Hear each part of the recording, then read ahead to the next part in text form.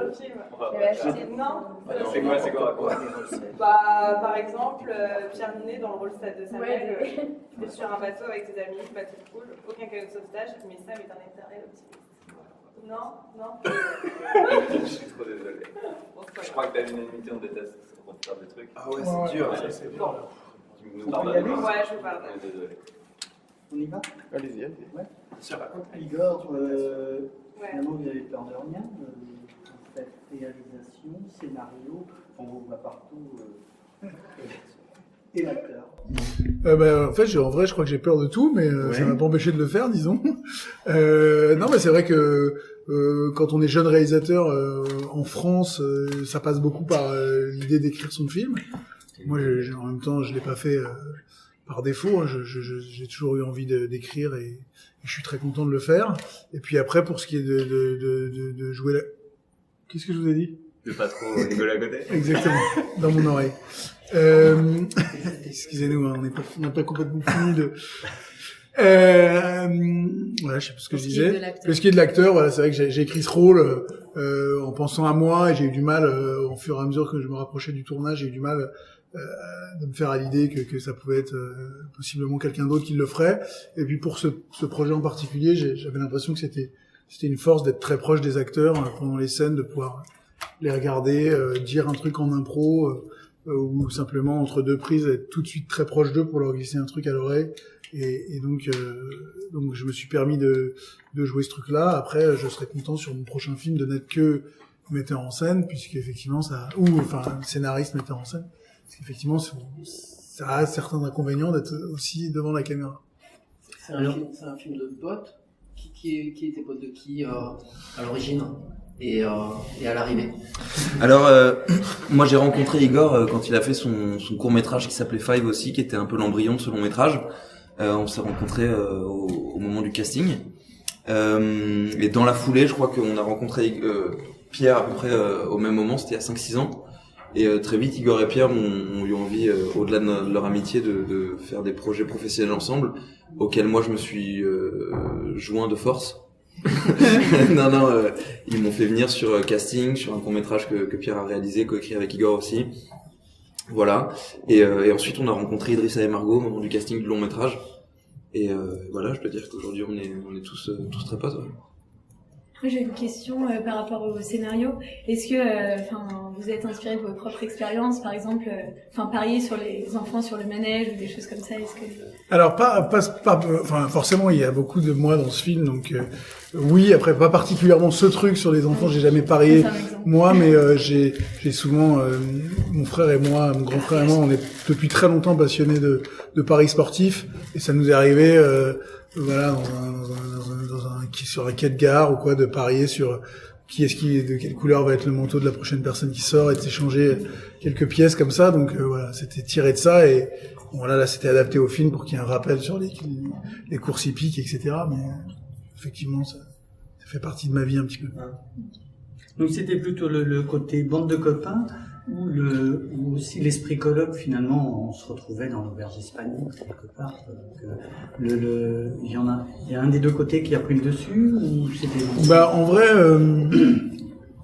quand j'ai écrit le film, moi j'avais très envie de faire d'écrire une histoire sur des amis.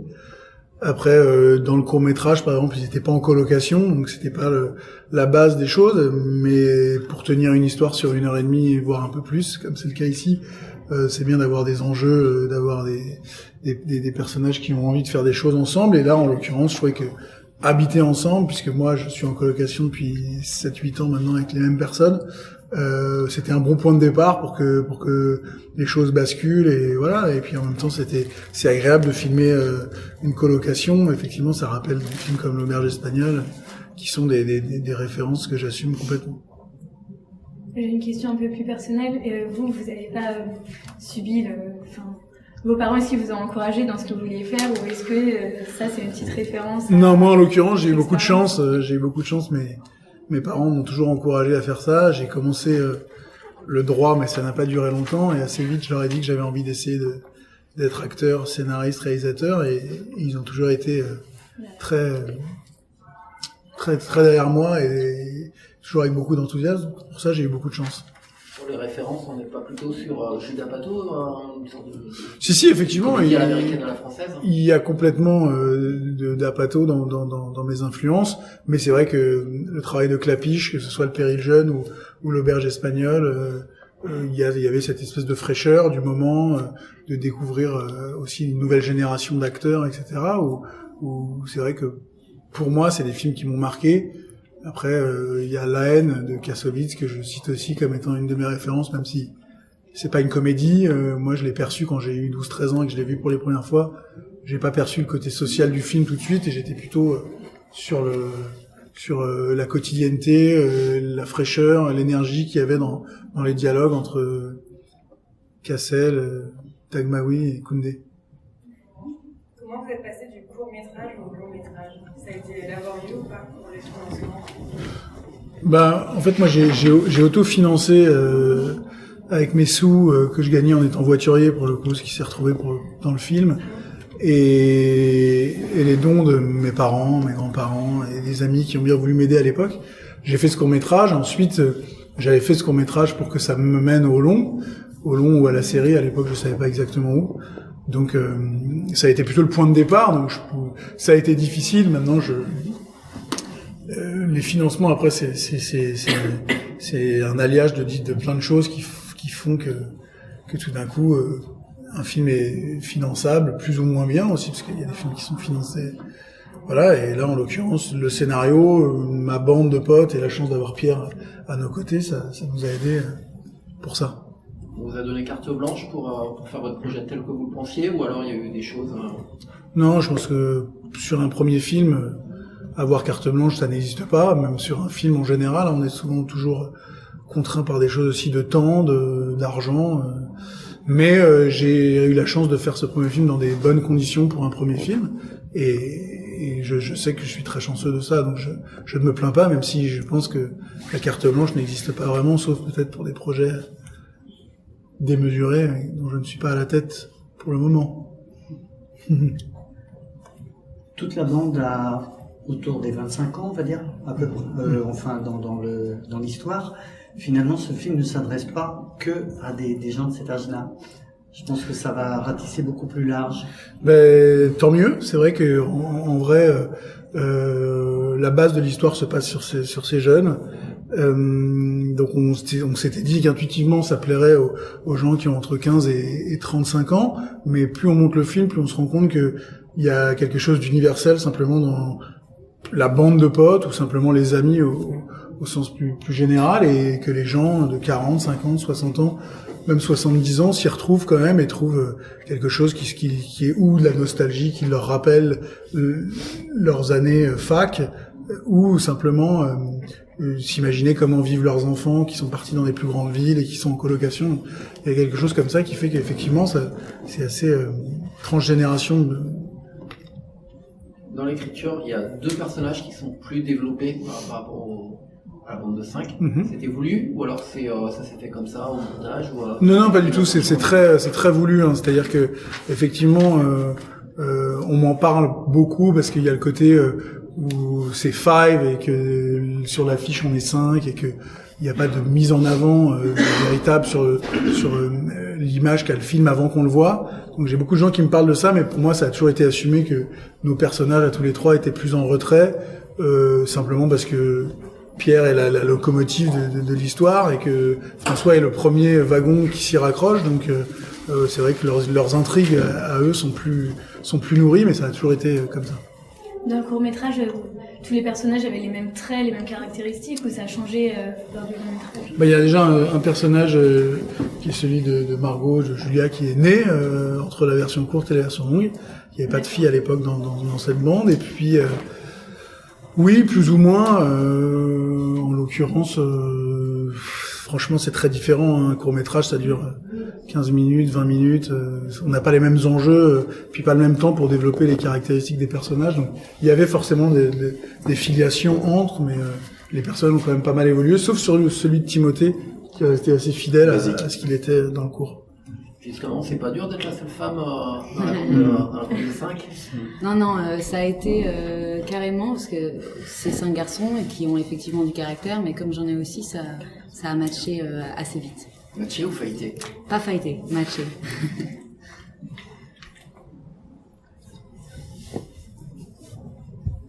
Votre meilleur souvenir de tournage? S'il y en a un. Les gars, Ou le pire. Meilleur souvenir? Oui, ou le pire. Bah mon meilleur, je pense que c'est pas le meilleur pour Igor, c'est que on a eu sur une journée des fous rires inarrêtables. Okay. Pardon, une scène avec Pascal Demelon, Fanny Ardant et Pierre, et j'avoue que me retrouver entre ces trois acteurs qui ont envoyé du bois, c'était dur à gérer. Du coup, je me mordais l'intérieur de la bouche pour pas rigoler trop. Jusqu'au sang. Je saignais à l'intérieur de moi-même.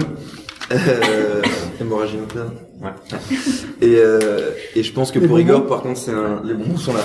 Pour Igor, c'est un souvenir un peu moins heureux parce que on a pris une journée entière pour tourner une scène qui n'aurait pas du tout dû se tourner en aussi longtemps. Je crois qu'on a fait 39 prises un moment sur Pierre. Tout à fait. Pour la scène. Non, mais j'assume, hein, c'était le plus gros tunnel de ma vie. Mais du coup, extrêmement drôle. Trop d'ecstasy avant Ecstasy, ouais, héroïne aussi. Certains bons souvenirs aussi.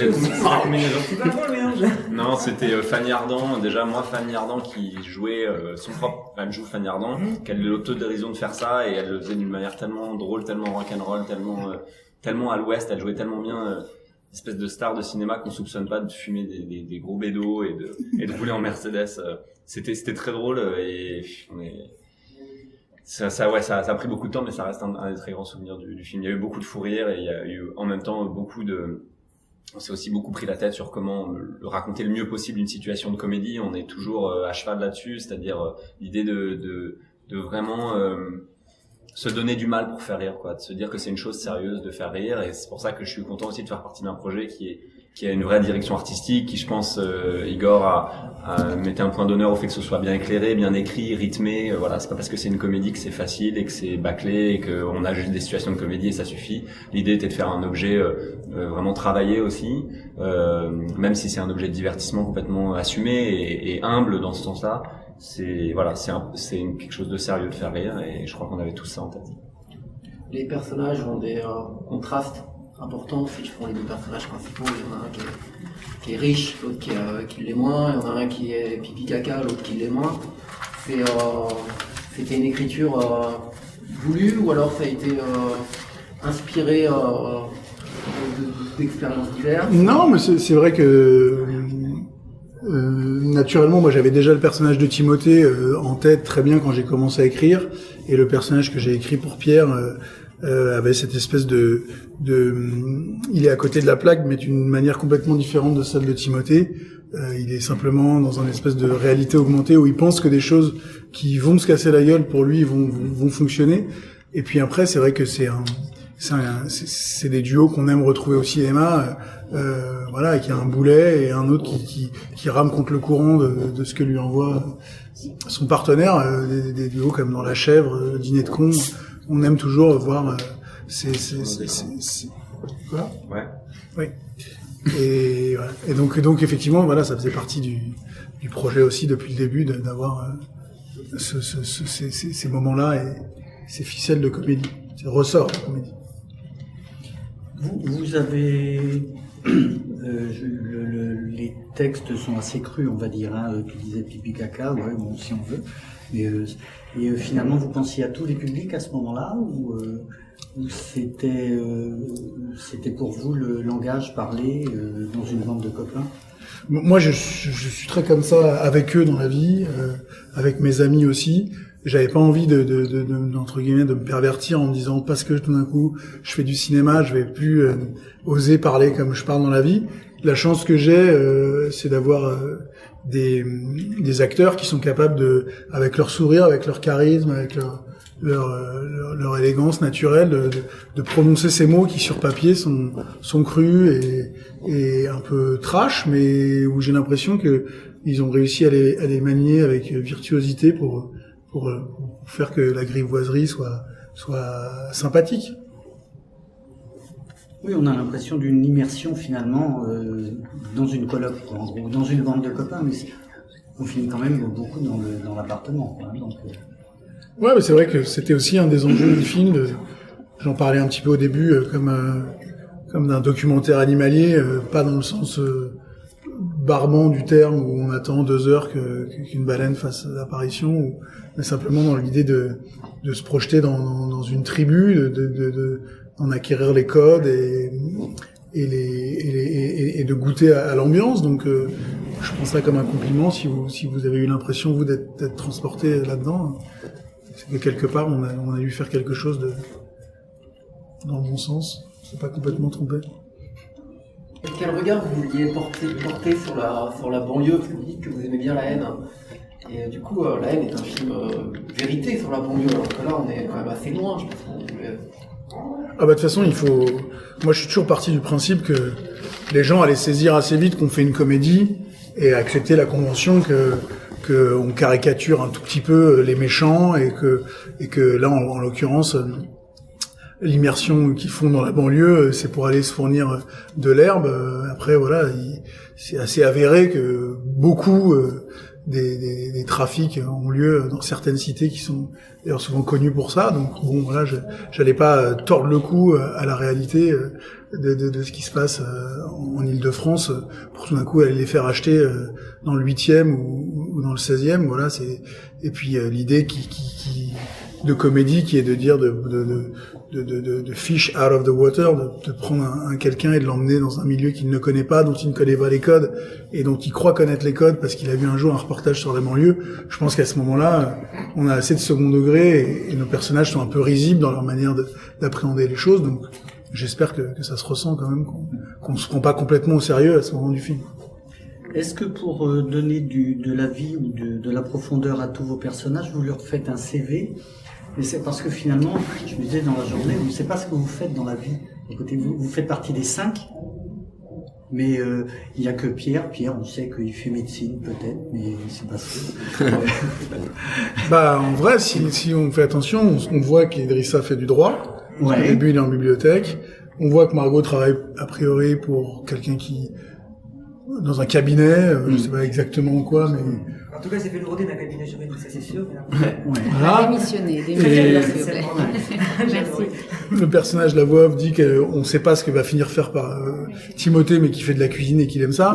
Et moi, on me voit au travail en train de retoucher des photos pour mon ami, donc on imagine que je suis graphiste, infographiste. Voilà. Après, c'était pas le cœur du. Mais vous n'allez pas plus loin, quoi. Je vous dis ça parce que Alain-Michel Blanc nous expliquait l'autre fois que pour créer un personnage, il faisait un CV de la personne, mais un CV très très long pour lui donner du corps, quoi. Donc, après, ça c'est les petites recettes de chaque auteur. Moi, effectivement, je me suis posé la question de où est-ce qu'ils ont grandi, qu'est-ce qu'ils font, comment ils se sont rencontrés, de quelle classe sociale est-ce qu'ils viennent, est-ce qu'ils sont, voilà, tout ça. Maintenant, l'anecdote du CV, c'est peut-être propre à cet auteur-là, mais pas forcément un truc indispensable. Vous avez tourné combien de temps en Thaïlande? Parce qu'on voit au générique, il y a longueur, mais 2 scènes en Thaïlande. Et au final, dans le film, il en reste la scène d'introduction et la scène de conclusion. Et c'est surtout, il n'y a pas tellement de jeux en Thaïlande. Donc, combien de temps vous avez tourné en Thaïlande? Margot, elle sait, puisqu'elle a beaucoup fait de jet ski là-bas. On a tourné 2 jours en Thaïlande. On a fait 39 jours à Paris et 2 jours en Thaïlande. Mais ce qui n'empêche pas que les équipes soient lourdes en Thaïlande et qu'ils ont une manière de travailler qui fait que. C'est pas la même que nous. Voilà, et puis c'était sur des bateaux, donc il fallait des bateaux pour bloquer les touristes, des bateaux, donc il y a beaucoup d'équipes au final. La logistique était très compliquée. Voilà, exactement. La logistique est un peu lourde parce que on va tourner sur des îles qui sont à 40 minutes des côtes en bateau, donc il faut y amener le matériel, amener des loges pour maquiller les comédiens, etc. Donc tout ça est... C'était quel côté en Thaïlande du coup? C'était en Thaïlande du Sud? Ouais, exactement. C'est à côté de Krabi, en face de Krabi.